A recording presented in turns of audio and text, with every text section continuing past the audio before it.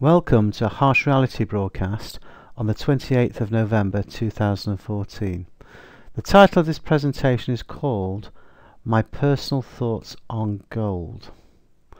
You can see this caption with this person throwing the kitchen sink at the economy.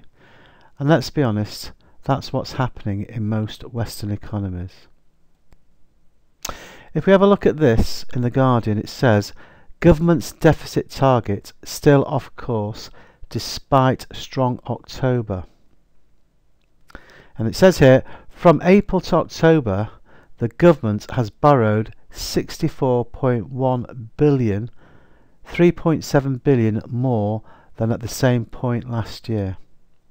Now, when the coalition came into government, they actually said they were going to reduce the deficit down to zero by the end of the Parliament. Now that's for May next year. That is definitely not going to happen, and I knew that couldn't happen. As I said before, we're in far too much debt to actually pay back the deficit or even to start reducing the debt. Now then, global shares boosted by China rate cut. Even China are now getting in on the act. Chinese central bank hopes that heavily indebted borrowers will spend more now that borrowing costs are lower. So you can see the discipline has actually disappeared from the financial markets. We are now in unprecedented times with regards to the amount of debt that there is in the system.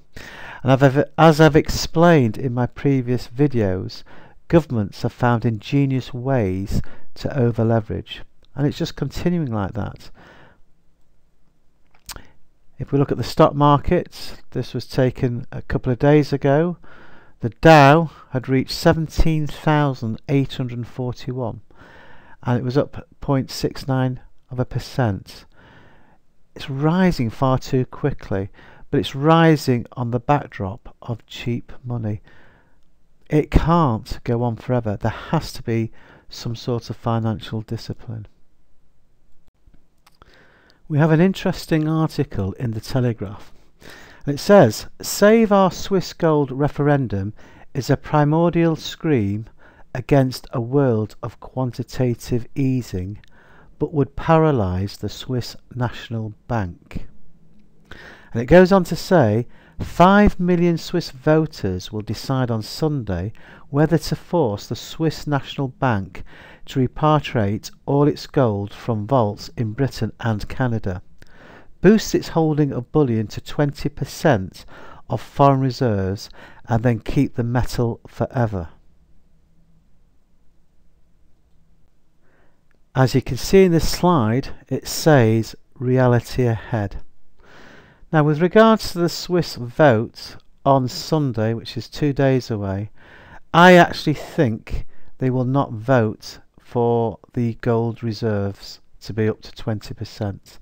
I actually think they will continue with business as normal. And the reason for that is nobody really wants to face reality. At the moment, we are living in a fool's paradise. This standard of living that we're having at the moment is due to the fact we are on borrowed time. It's only been achieved by borrowing from the future and getting into further debt. When it wears off, and it will, there will be a major hangover for world economies. So my thoughts is that we should start returning to a gold standard. I'm no romantic. It's going to be very painful. It will require a lot of discipline. And I'm not going to beat about the bush here. It will also mean that we are going to have a lower standard of living. But that will be the new normal despite what happens. Because if we continue with quantitative easing, cutting interest rates, it's only going to fuel consumer spending for the here and now. But when we're tapped out in the future, there'll be a catastrophic depression ahead. So we have a choice.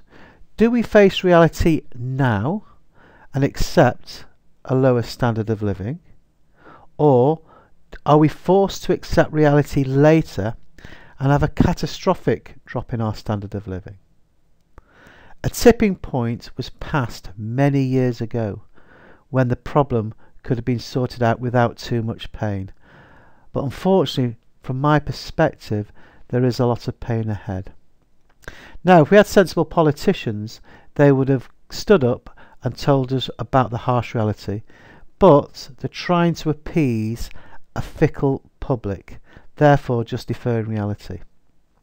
So, from my point of view, I'm going to purchase gold. I've got some already, but I'm going to get some more just to diversify really. I'm not going to have too much money in the banks because I am really worried about bank bail-ins. I think that is a real possibility. So as I said all along, I don't see a Mad Max scenario. I don't think that will happen, but what I do see is a lower standard of a living and a more draconian government. Thank you very much for listening to this presentation.